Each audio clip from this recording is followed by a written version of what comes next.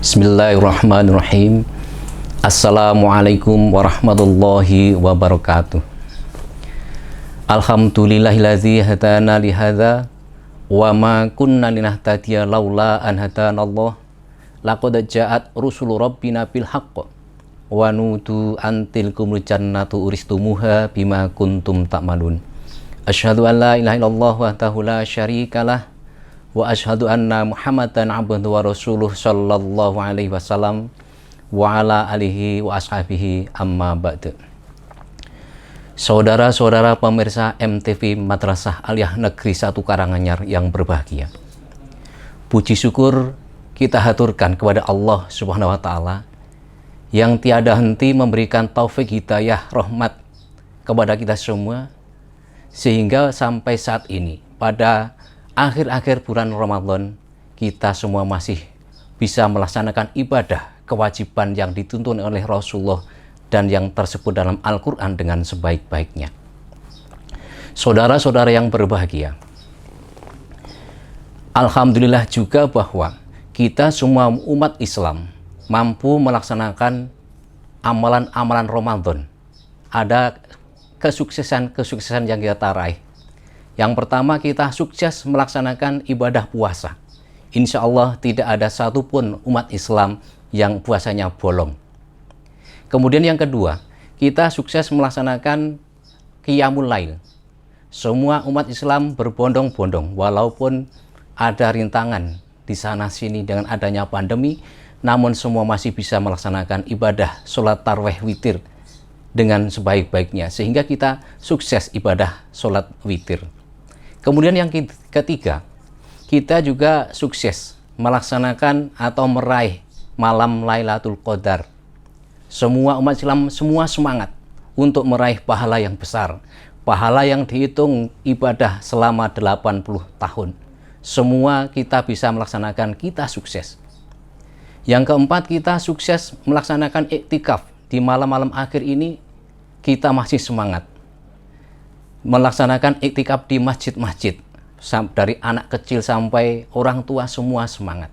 Ini merupakan karunia Allah yang sangat luar biasa. Maka kita harus terus mensyukuri dan meningkatkan kenikmatan tersebut, meningkatkan kesyukuran kepada Allah. Saudara yang berbahagia, selanjutnya dengan kesuksesan puasa, tarawih, kemudian Lailatul Qadar dan iktikaf ini akan lebih sempurna ketika kita melaksanakan satu amalan lagi, yaitu zakat fitrah.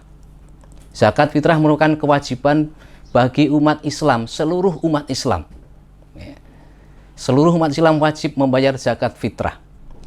Dalam sebuah hadis, tetapi hadisnya dhaif, ini saya sampaikan, bahwa syahrul ramadhana mu'alaqun bainas sama'i wal ardi wala tuftaku illa bi zakatil fitr.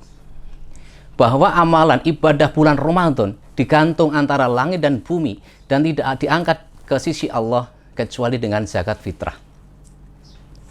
Walaupun ini hadis dhaif, tetapi kita bisa memberikan semangat kepada kita, jangan sampai umat Islam lupa dalam membayar zakat fitrah. Dan zakat ini merupakan kewajiban yang diperintahkan oleh Allah.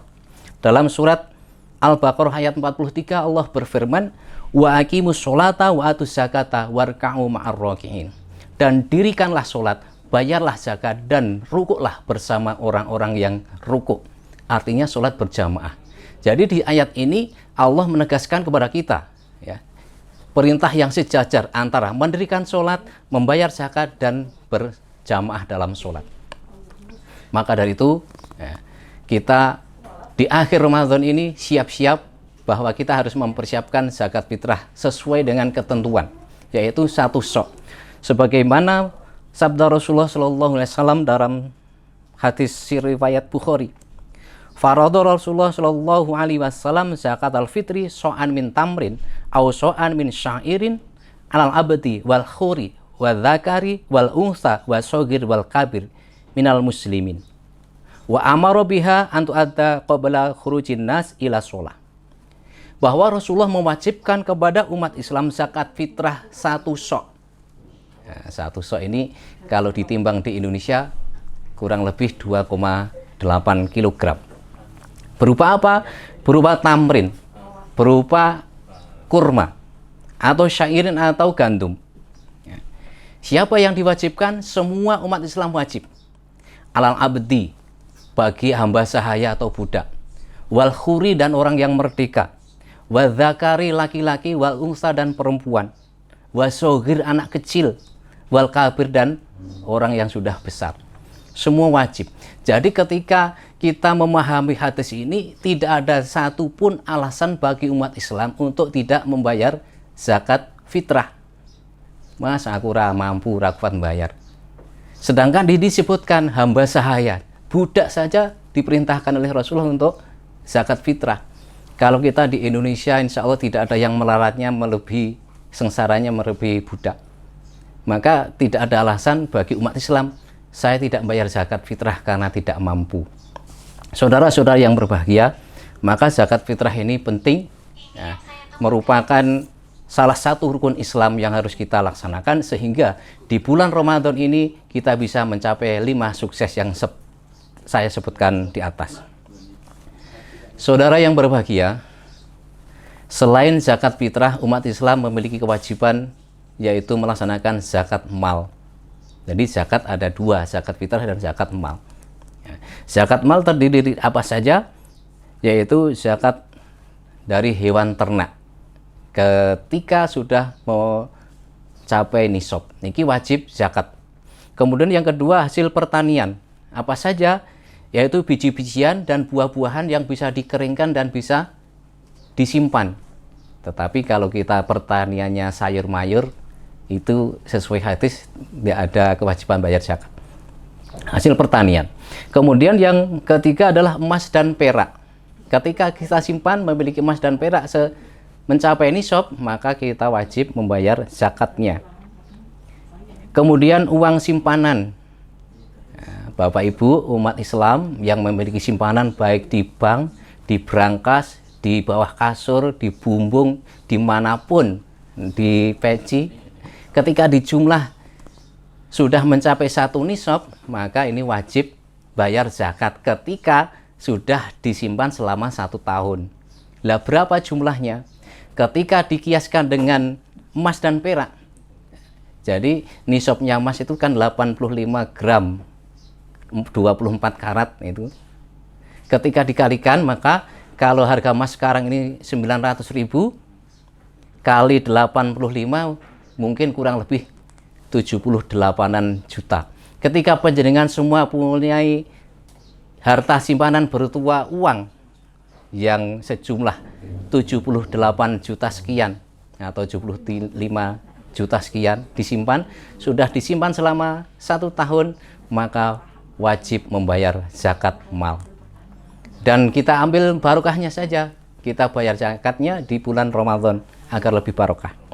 Kemudian zakat mal yang lain adalah zakat perdagangan.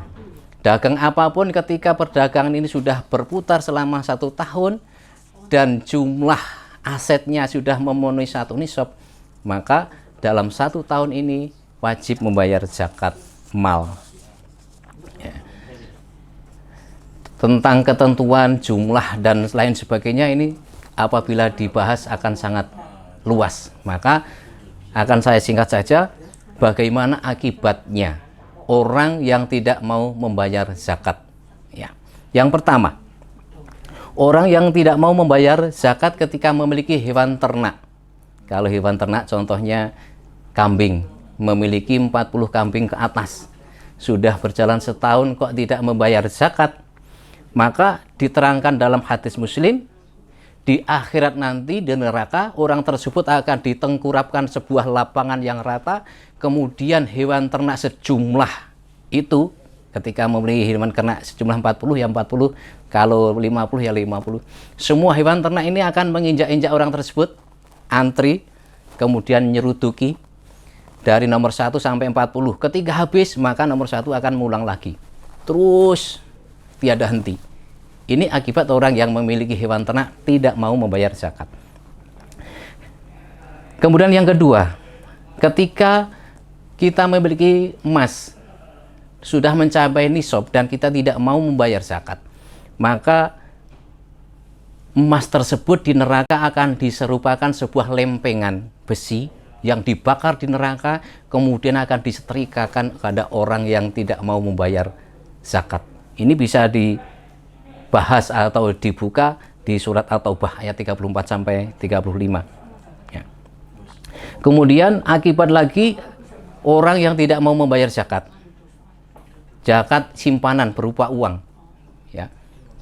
Diterangkan dalam sebuah hadis Bukhari, hadisnya agak panjang, bahwa uang yang disimpan tersebut dan tidak dibayarkan zakat, di akhirat di neraka, uang tersebut akan diwujudkan sebuah ular botak yang besar yang siap mematuk orang yang memiliki harta tersebut.